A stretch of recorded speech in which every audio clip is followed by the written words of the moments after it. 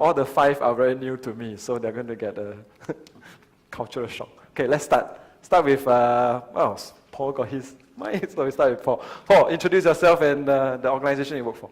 Thank you, Paul. And I believe cults are illegal in Singapore, by the way, so just in case. Paul Graham, CEO of DHL Supply Chain, Asia Pacific, Middle East and Africa. I think most people in the room are familiar with DHL, our express business, our global forwarding business, and the business I run, supply chain, and we're also the post office for Germany. So, thank you. Thank you, Paul. Wolfgang Bayer, looking after Singapore Post. I think if you ask what the postal provider is doing here, I think they have diversified over the last couple of years, really going now into e-commerce logistics. That's why we're very interested to be here. Thank you. Thank you, Wolfgang. Markus. Yeah, Markus Meissner. Paul, thank you actually for mentioning that I'm coming from Germany, because this forum always gives me a good reason to come to Singapore, which I really enjoy always. So, Singapore or Supply Chain Asia? This forum, Supply Chain Asia. Yeah, of course, yeah, Let's say both of it. And I guess I'm a bit different compared to the others, as I'm representing IT and not so much the logistics part.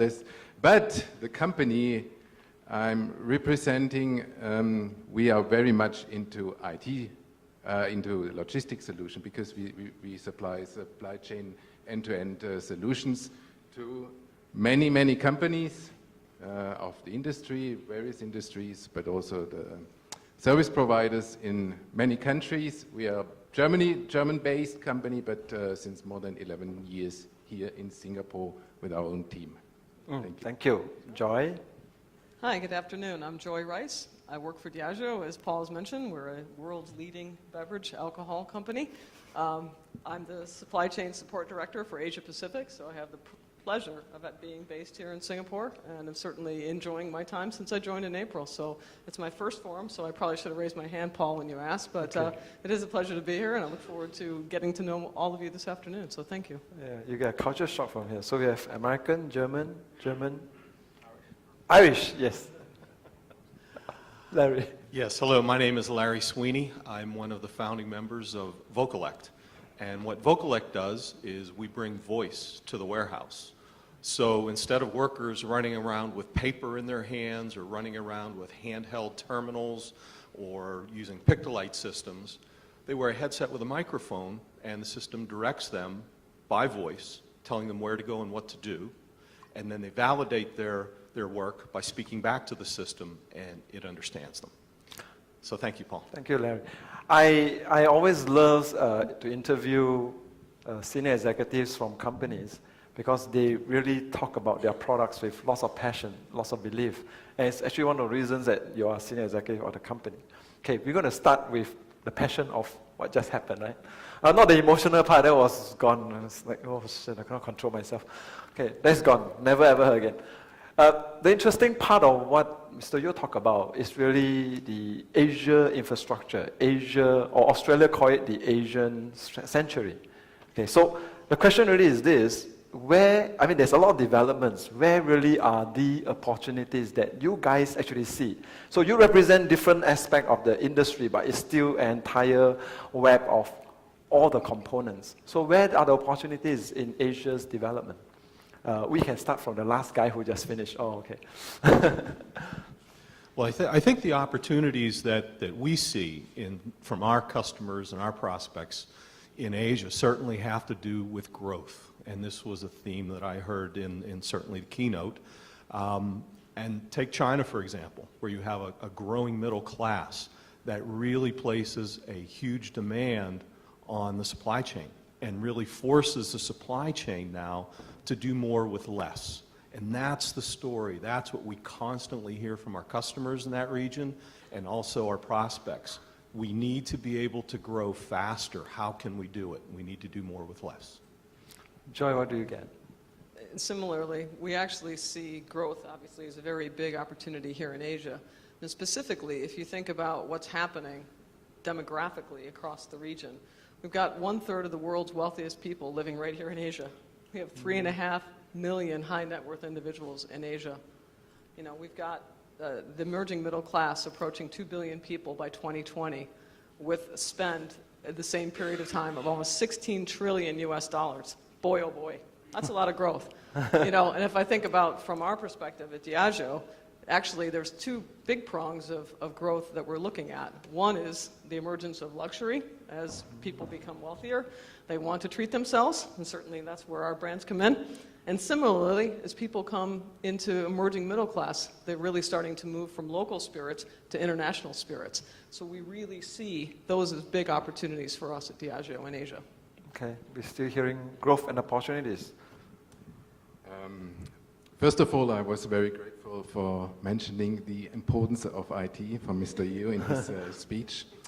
I think as an IT provider coming from a rather mature market, we look at Asia, of course, as a very big growth opportunity and also an opportunity to bring our experience into that market in order to improve productivity over here, increase flexibility in the supply chains, and also, of course, cost efficiencies, which is always a very important factor. This is what we want to, or how we can support the community over here.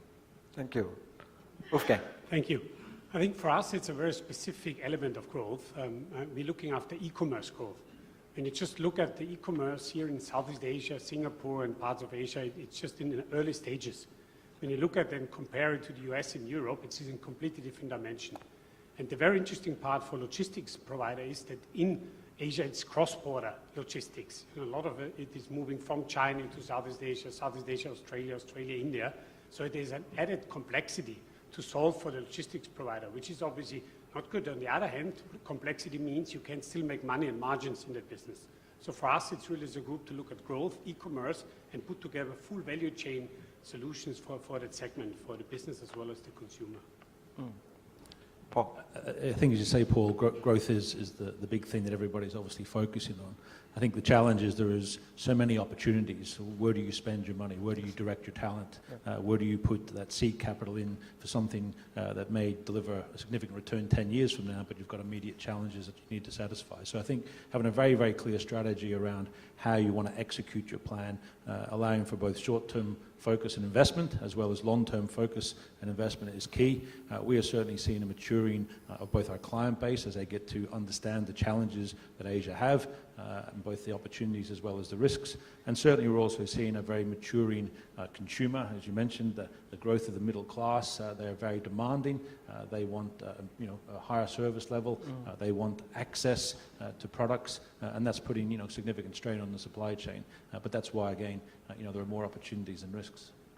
So I suppose this is correct. I mean, we all see that. In Asia, everybody talks about India and China, but there's a very interesting region that's coming up, and it's called ASEAN. Asia, I cannot try not to do it again. Southeast Asia countries, there are 10 of us coming together, creating a 600 million population. I'm not sure whether the 5 of you have heard about this called AEC 2015. The ASEAN Economic Community trying to create a single market window. So because we're in Singapore, we're not going to talk about China and India. We're going to talk about ASEAN, right? And I asked Mr. Yeo this question before. The AEC 2015 single market window tried to bring the 10 countries of ASEAN together, not like a European Union, but really is a market union, a market that allows freer flow, they call it freer flow of capital, goods, and services. The 2015 was a target. When you start talking to the ASEAN Secretariat and the various government officials, they say it does not start on the 1st of January 2015. It actually starts on the 31st of December 2015. So I raised this part with Mr. Yeo. Mr. Yeo says, everybody got it wrong. It's an evolution that has already started. It's already started, and the guys are moving towards that. And I mean, I believe Robert sits in the ASEAN Business Advisory Council, and they are pushing for single market window that facilitate trades. If this really happened in ASEAN, do we get almost a same focus that you see on China and India in ASEAN? Because ASEAN tend to be fragmented. You look at Singapore, you look at Malaysia, you look at Thailand, but never as a whole. Would you see a more focused concentration, or would you see same problem that EU is having in ASEAN, where they go that path? Kick that one off. I think it will be very, very different. I think everybody, looks at ASEAN coming together and automatically looks at the European Union as something to compare it to. One, you've got a geographic difference, one single landmass, although those in the UK would argue that, versus, ASEAN, both cultural diversity as well. I mean, the French don't get on with the Belgians, so, there's some sort of common ground there. But I think where the challenge is if you are a manufacturer and you are looking at that as a single market, I think it's still a little bit unclear as to what that actually means in terms of free movement of goods and services. So if you're setting up your manufacturing plant, do you do it in Thailand because it's got access and is part of ASEAN? Do you look at having something in Indonesia because of the population base that that single market has?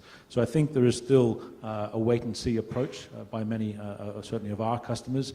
I think they're playing each-way bets. We've all seen the China plus one scenario, and certainly the plus one, as Mr. Yeo mentioned, is ASEAN. But then I think when they get to look at ASEAN as a plus one and say, well, whereabouts in ASEAN to do that? We've seen the investment in Thailand in terms of an auto hub in the southern seaboard, but we haven't seen other strategic sectors set up. Vietnam, you could say maybe electronics hubs. So I think that's the challenge. I think people are taking a wait-and-see approach, but certainly it's an extremely attractive market, but it will create logistics challenges, and a large part of that is that the free flow of goods is a great dream, but I think it will take some time to come into effect. Sure. I think from our point of view, if that would come true, I think it would be a huge impetus for growth. When we look at the 11 markets that we are operating today already, the biggest growth rates after China are all Southeast Asian countries, and more trade is coming in between those countries. And the main challenge that we face in many of our customers is customs. And when we look into e-commerce, more and more people want return solution. Sounds very easy, but if you have to cross the Indonesian border twice, the fun is almost over. So I think if we basically can start that, and I think if that can come true, could be a huge impetus, and the growth, I think in some of the areas of transportation-related industry would be magnificent. Okay. So it's actually not on me to give much comments on that topic, as I'm not living over here in this region, but I think I can share some experience from EU. Yes. I'm also thankful that Wolfgang mentioned just customs. Because you think we have a strong framework in the EU, and it's very simple to move goods around, which it is actually, and it has definitely led to a tremendous increasement in trade internally within the EU. But then, if you want to go out of the EU into other countries, and for example, Switzerland is sitting in between somehow, it's very, very difficult still, as each of the countries, despite the common framework, have their own IT systems to deal with customs. So in each country, you have to comply with different solutions. And companies who have setups in various countries in Europe, they have this hassle still that they need different systems to do cross-border in the EU community. Similar things, by the way, happen if you want to comply with the requirements of the service providers. They may have still different IT systems in different EU countries, which also gives us a headache sometimes. Just to share this with you. Okay. Well, that's Joy. a real cheerful note. Thanks for that. I think really what a single ASEAN market would do, it would just give us options that we don't have today. And I think about the challenges we face, not only from a manufacturing, but from a distribution perspective, as you said, Wolfgang, no different. We're trying to move our products around Asia, in and out of Asia. And certainly, the customs are always a challenge, having systems talk to each other. So I think it would create opportunities, and it would give us options that we don't have today. So, it would be fantastic. I think you're absolutely right, Paul, it is a wait and see, because you could say, thou shalt have it, poof, and then actually, what does it actually look like when you get to it? And where are those bottlenecks still going to happen as you do think you have one market, but it actually continues to be 12 markets. So, yeah, and it's an exciting thing, and we're looking forward to it and all the challenges and opportunities that brings. Thou shalt have it. Poof, done. Yeah, I'm in agreement with everything I've heard up here. I'm going to kind of take a different twist on this and kind of look at it from the workforce angle. the supply chain workforce.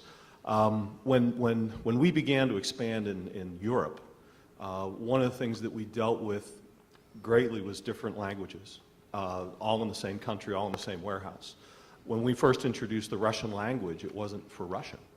It was for Czech Republic, Germany, these places where Russian immigrants would come. My guess is you'll see that also happen in the ASEAN nations, where you'll begin to see workforces migrate from country to country. The challenge for the logistics industry is, how do you deal with that multicultural workforce? How do you deal with the different languages? How do you deal with the different cultures? That, to me, would be certainly a challenge of bringing that community together. We teach them English. No, you didn't get. Sorry. I'm really bad.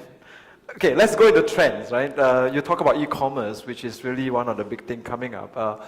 The other part is everybody talk about it now, 3D printing. Which essentially says, if I can print my own product, why do I need to buy now, right? We have service providers, technology providers, and I can't print a drink, I don't think so, but I can print a box, right? How is this trend going to affect? So here, let's say I take away all this. Customer demands is changing the way supply chains are being played. And the way supply chains are being played, if you look at how it's been going, affected by infrastructure development. How is all these things coming together and affecting you guys? Because you're running business. So can we, business guys? Sure, happy to talk about it. I think there are many trends that will influence the logistics industry. 3D printing is one of them. Crowd delivery is another one, you know, and delivery. And the list is very, very long. I think even 20 years ago, you know, when the logistics industry became much more professional, the supply chain industry, people were talking about many trends that, you know, from IT and others that would make it redundant, much less complex. You see that always new challenges will come up that need to be solved. You know, 3D printing, for example, I don't see a 3D printer, you know, in everyone's home in the future. But, you know, like UPS in the US has already started to put 3D printers into their offices, which means you can 3D print, they deliver it to you. So, you know, could be a huge opportunity. Same for other trends. So I think as a supply chain professional and as a company, we need to keep our eyes open, look at it, innovate, and grow with it. And I think, like we said before, with more professional behavior and more experience, we'll master that. I'm convinced. I'm sure. Yes. Anyone? Yes. I think the other thing and the good thing about those supply chain professionals in the room is that until they sort of, you know, really invent the sort of beam me up Scotty, they will need people to still pick things and deliver things. So that's the good thing for those particularly younger in the audience about your career in this industry. But I think the key is going to be flexibility. You know, you're going to have so many different avenues of delivery mechanism, be it e-commerce. You know, Diageo will want to deliver a full truckload to a big retail DC. They'll want to deliver partial truckload to a distributor, and they may want to deliver a bottle of Johnny Walker Blue Label to an individual who's bought it online and who wants that as a special gift for their father or whatever it may be. So flexibility is going to be the key. I think we're almost going to see a return in some areas.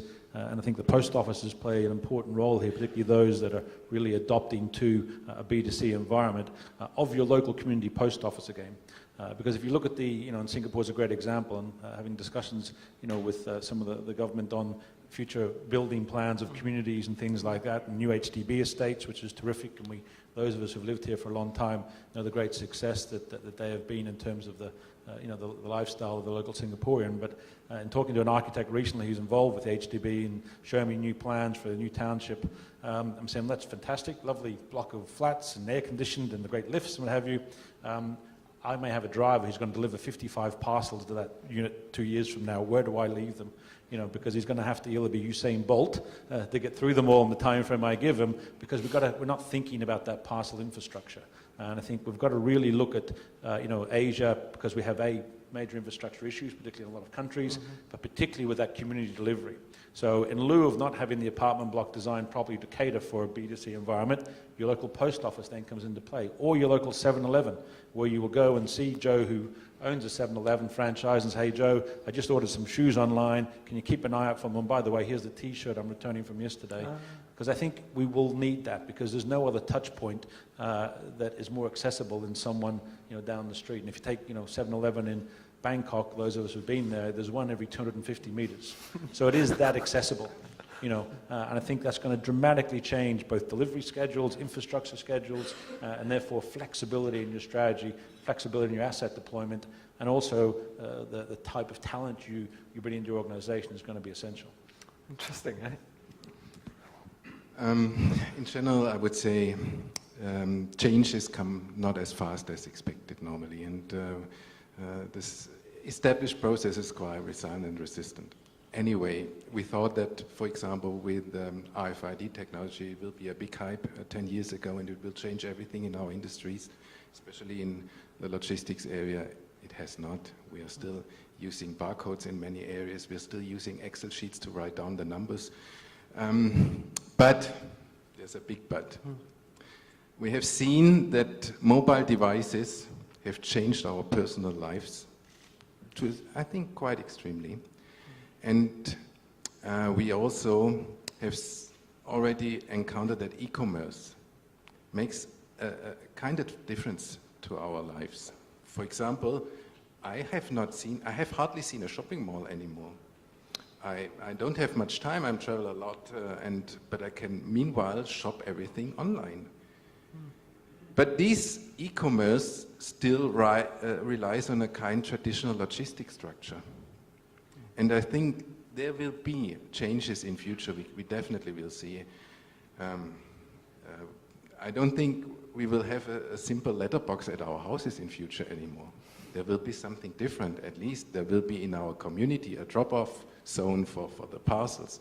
Or there will be in-car delivery, which seamless access to the car, and overnight the car will be filled up and you will find the goods in the morning. These are these kind of examples. And coming to 3D printing, I initially thought it might not change too much. It's rather a gadget. But last week we heard that NASA just has printed a rocket engine, and it was very, very successful and powerful. And really, it worked, and this gave me kind of twist and changed my mind. And then I read some articles, and meanwhile I really believe that it will lead to tremendous change, because we will be able, and today we have already affordable printers which can manage different ingredients, more or less, basic supplies into really nice goods, and they're even movable and all that stuff. So I guess the way we do production and how the industry is seen will change, not within 5 years, but definitely 10 to 20 years.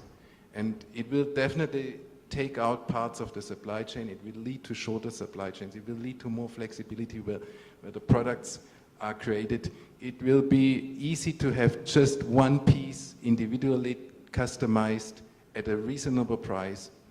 That will definitely lead to changes, and it will affect the logistics industry heavily, I think. The SUTD guys here, Singapore University of Technology and Design, they're here. If you guys have a chance, SUTD in Singapore, they have a whole suite of different kind of 3D printers. And they've shown that even gears to exact minute details can be printed from a 3D printer. Titanium gears. So it is possible, and the SUTD guys, they are here, look out for them, and do a site visit. Oh, it's wonderful. After I print you a very nice bear in titanium, then take it home. That'd be nice. Sorry, Joy.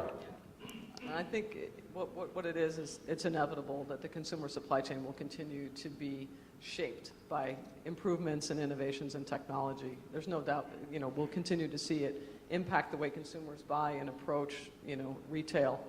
I think the challenge, as we said before, is for us to be flexible and to look forward, because just as quick as these technologies could be used to help our businesses, it could quickly actually make us redundant if we don't understand the implications and actually aren't looking more forward than we may have done in the past. So I think it's like a wave coming at you. You have a chance to respond to it, but don't wait too long, and I think you're absolutely right. It may not be tomorrow, but tomorrow will be here very quickly. And if you're not making plans now to be ready for that tomorrow, you're going to get left behind. So I think to me it's definitely a wake-up call when you start seeing what is really possible, and you start thinking, uh-oh, if I were a really smart supply chain professional, I'd start thinking about what this might mean to me now and actually start building my plans to make sure that I'm ahead of the curve and not behind it. Thank you, Joy. Yeah, sort of in the same vein, and Paul, you brought up flexibility. When I look at warehouse and distribution center design today, the challenge will be for future distribution centers to manage the different ways that you can deliver product. Today, if you build a distribution center to feed stores, you design all the processes and the flows of product one certain way.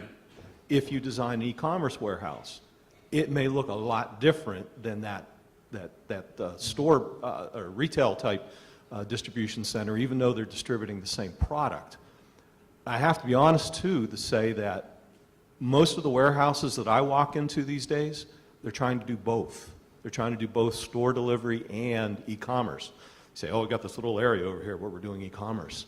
And in some places, it's this big area over here where we're doing e-commerce. So I think the challenge is in the flexibility of design of these distribution centers to be able to manage these evolving methods of delivery to the consumer. Okay, I run out of questions. So you got questions? No, I'll never run out of questions. So now, open to you guys. If you have a question, I need 2 things from you, your name and your company. 3 things, your telephone numbers. No, okay. My mic runners, where are they? Oh, they're all the back. Don't trip. Okay, there, the mic is there. Hi. Phil Gordon from Brooks Automation.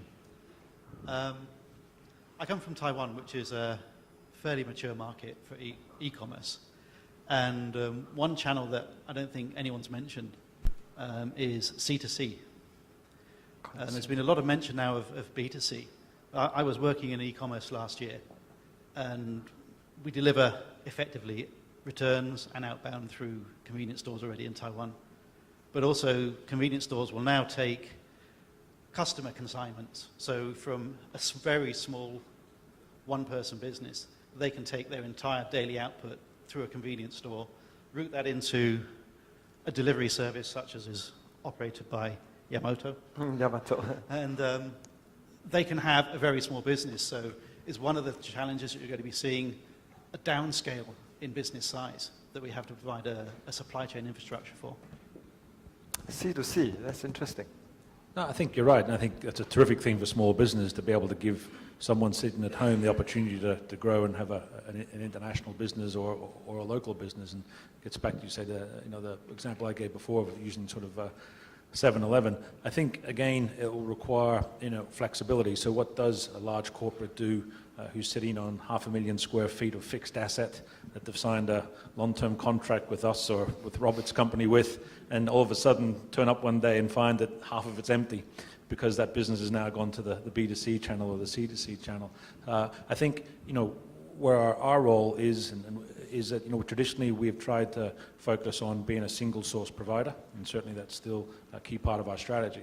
But I think as the B2C, C2C, and all these other models that we haven't even seen yet come about, it's going to rely a lot more on collaboration. Because if we're going to move that, titanium widget from someone's house, and for example, they may have been an engineer and have designed that for some person in Russia or what have you, then we're going to have to be much more collaborative. The other interesting thing I think about 3D printing is what does it do to the patent laws that countries have? Because if you can pull down a drawing from a website and print that or design your iPhone cover that someone happens to have a patent for, then how does that protect the original patent owner? So I think we're entering a whole new area where we can even see today some of the, as you mentioned, some of the future supply chain models. Again, that gets back to flexibility, and the biggest challenge is the volatility. Last year Amazon moved more parcels in Europe than UPS did, but it's not a logistics company. Well, some may argue that it actually is. So that's why I think flexibility, and also mention again, and particularly for the younger members in the room, this is a really exciting industry and an exciting time of its journey. The type of skills and the talents we need are going to be dramatically different from what we've traditionally had. So, I think getting that talent in as well and challenging your own strategy is a key part of being successful. I think I fully agree with Paul. I think as a postal provider for more than 150 years, we have done C2C delivery, so it's obviously very close to our heart. Post. So the way we're thinking about it is that because we also see the trend, of micro block shops, micro SMEs and others coming up more and more as entrepreneurs. And we need to construct the very specific solutions for them to also give them the ability to grow. So the way we think about it is, they have simple SME e-commerce sites, where they can log in with as much smaller cost, many less bells and whistles. We provide micro warehousing and other things. So in order to help these Cs to become a B maybe one day and encourage them. But it is a segment that absolutely needs attention. Any other comments? No? Next question, Sundi. Mike Runner is behind you. Thanks, Paul. Thanks, panel. Excellent discussions. I'll pick up on the e-commerce theme, but maybe with a slight variation. There's a great article, you mentioned, Paul, about Walmart. There's a great discussion in the Wall Street Journal, I think a couple of weeks ago, from Mike Duke, CEO, comparing Walmart with Amazon. And how, for Walmart, I think Wolfgang knows this very well, the e-commerce section is almost a round-off error of their $357 billion US dollar revenue, right? And Amazon is obviously the other way around. It's completely, everything is e-commerce. So my question is for this panel, as we look at the future of e-commerce, I see a Diageo, a product, I see shippers, I see a automation company, software company, and then of course a post company. What is the vision of combining all these disparate pieces of whether it is C2C, whether it is the traditional logistics service providers, the product that essentially has to come? And I'll ask this question in the context of the topic, the future of the consumer supply chain and managing expectations. How do you manage expectations when it is just very difficult to do e-commerce, when people still want a bottle of beer at the end of the day, when people still need, consumer-to-consumer enablement? So broad-ranging question. How do we do all of this thing and manage it effectively and still keep, at the end of the day, I want my Johnny Walker. I don't care about e-commerce. I don't care about SingPost. I want what I'm looking for. How do you do that? Thank you. Well, that's a long question. Maybe. Well, I can't promise a short answer, but I'll give my 2 cents. I think it is a great question because I think it's back to what we've been talking about here, which is we just need to be ready to evolve our business model to support a multi-channel retail landscape. So if I think about the context of Diageo, today you can go have a glass of Johnny Walker responsibly at a bar. You can go and buy it at a store. And I think the challenge that we're seeing from an e-commerce perspective is how do you actually find that right balance to make sure that all the channels are available? And how do you differentiate your pricing strategy? How do you differentiate your product offerings? Do you offer different things from an e-commerce perspective than you offer at your 7-Eleven? So I just think there's so many decisions that you have to make when you're trying to manage a multi-channel retail landscape. I think, not to mention all the challenges of moving and legally delivering spirits and alcohol to drinking age adults. So I think there's a whole lot of challenges that we're seeing as we start dipping our toe into e-commerce. We've just actually recently in Europe introduced an e-commerce solution for Europe and UK consumers. Really around the kind of premium and luxury end. So it's back to the comment you made, Paul, around how do you get that bottle of Johnny Walker engraved and delivered for your dad for his birthday or whatever. And I think it is going to be around differentiation. So I think that will be the key that we see in terms of how do you actually find ways to meet the needs of each of those retail channels. Comment? Sure. I guess that if we talk about e-commerce, we also talk about tightened margins because we have a lot of transparency now in the market. And I think we should also talk about how the demand of the consumers may change with that information on hand. And how do we actually know about preferences and behaviors of the consumers?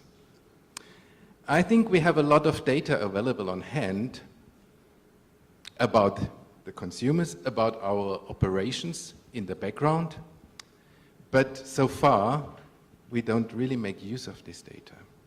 This topic, this hype called big data, and this is coming, it's on the way, and it is the intention of this hype is to make use of the information available, but it's still, if somebody starts to make use of it, is still isolated.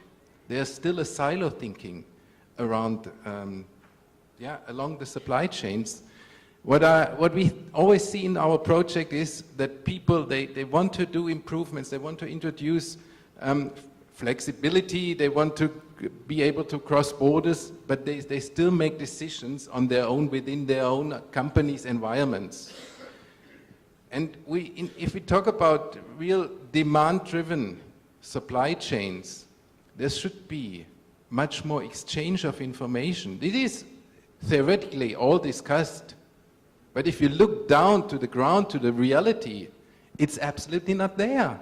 We come into projects where our customers call us in and say, now we want to get transparency about the whole supply chain. At the end of the day, we end up improving the execution, cross-border again, or whatever, or the warehouse.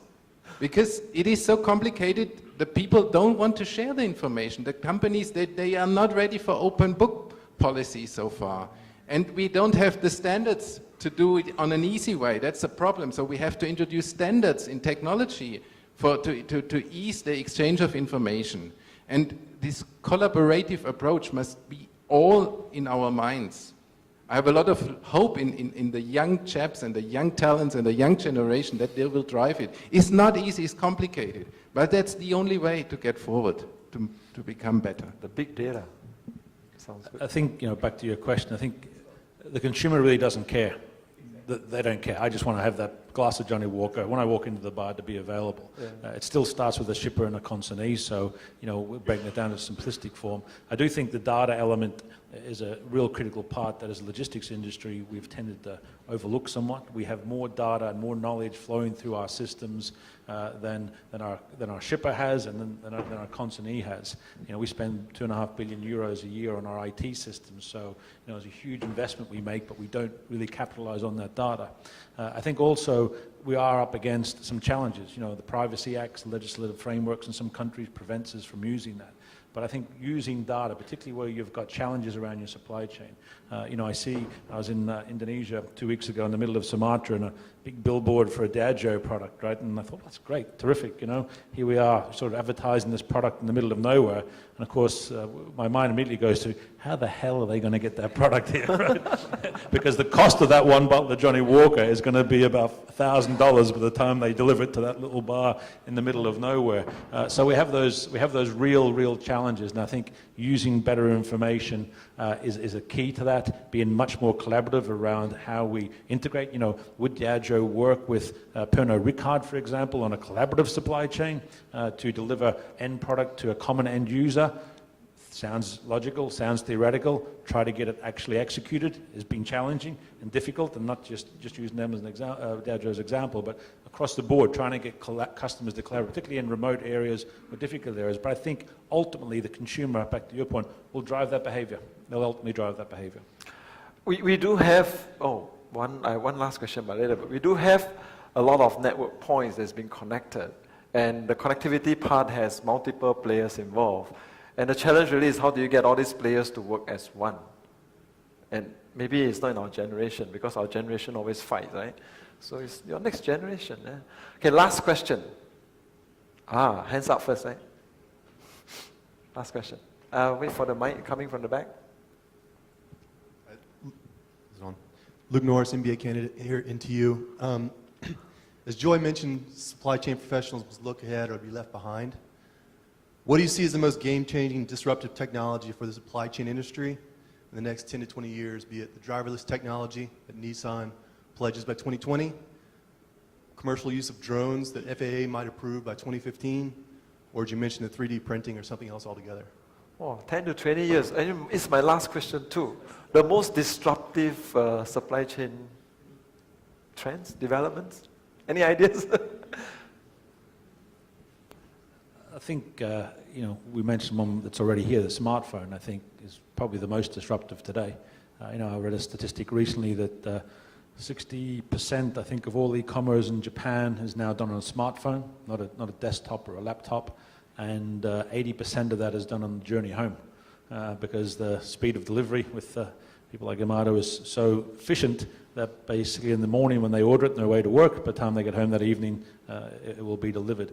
I think things like smart drones and driverless vehicles will dramatically change, obviously, the labor aspect of our business, but I think that's well beyond 20 years, and particularly in this part of the world. I think the biggest challenge and the biggest thing that will change it is how we use data and how we use that data to actually stitch together the fragmented parts of the supply chain, because without that ability to stitch, particularly in fast-growing markets, then our efficiency is just not going to be there, and that's going to hold back economic growth.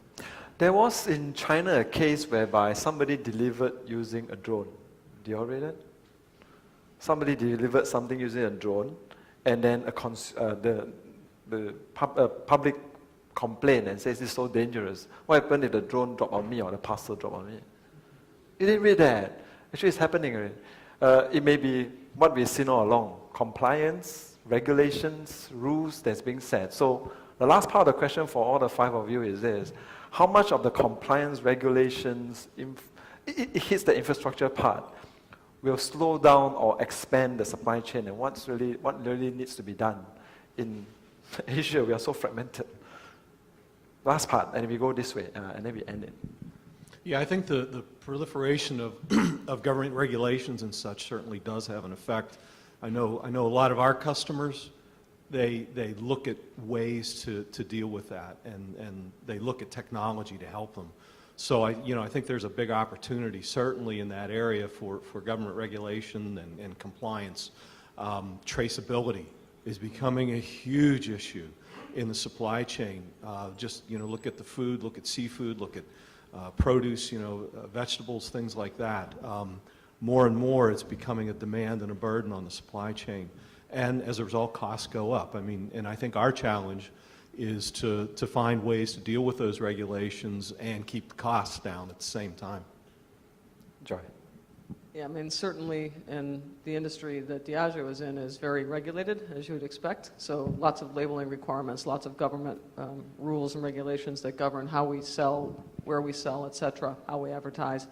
I think the other thing is just, again, as we talked about before, how goods move between countries and all the customs and all the regulations that are associated with that. So for me, there's no doubt that that is a very big part of what drives our business models in some cases. So the more that we can get those harmonized, the more opportunity we have and actually drive a lot more efficiency throughout the supply chain. So that would be nirvana, to have more harmonization.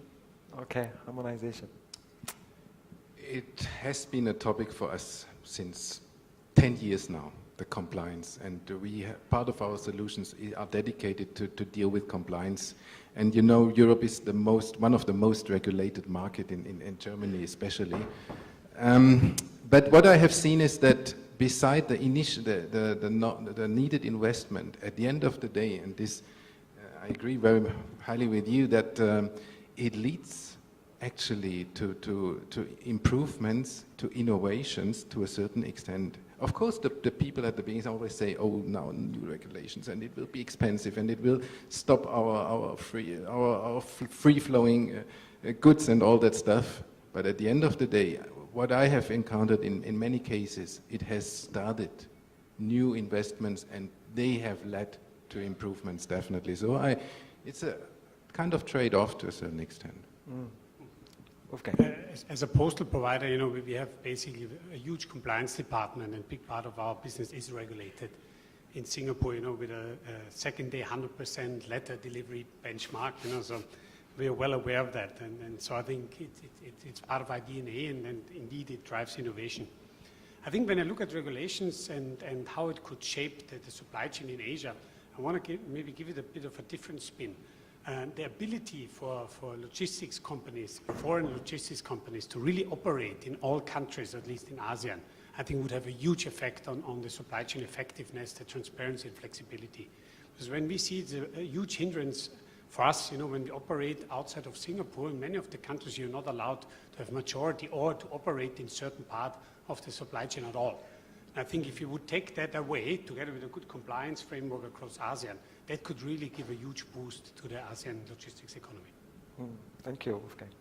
I think, again, it gets back to having visibility of data. I mean, prefer self-regulation to government-imposed regulation, and governments only impose regulation when they believe industry isn't regulating itself. So the fact that we've got lots of regulation maybe says something about us. Again, I think it gets back to information. If governments feel comfortable they can access that data is accurate, that data is real-time, that data is honest, then I think that gives them a lot more comfort to allow industry to drive efficiency and to self-regulate. And I think we've got some historical challenges that we're dealing with. We're dealing with countries that are coming out of different political environments into new political environments, democratic environments, where some of these institutions are very, very new. And the confidence or lack of confidence they have means that they bridge that confidence gap by imposing regulation.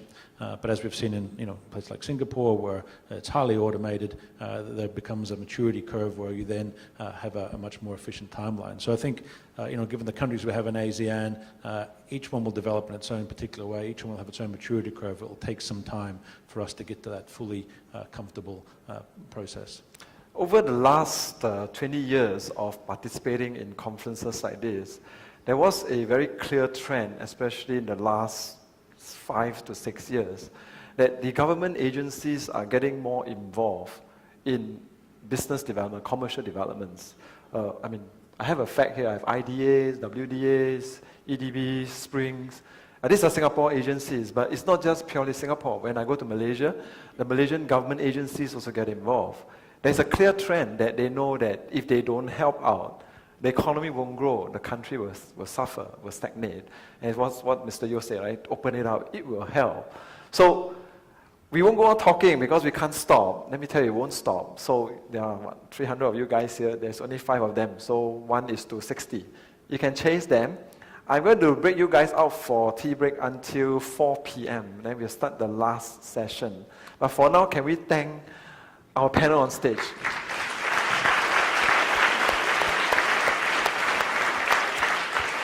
Thank you guys for wonderful paying attention, and then have a nice tea break. I'll see you all at 4 p.m.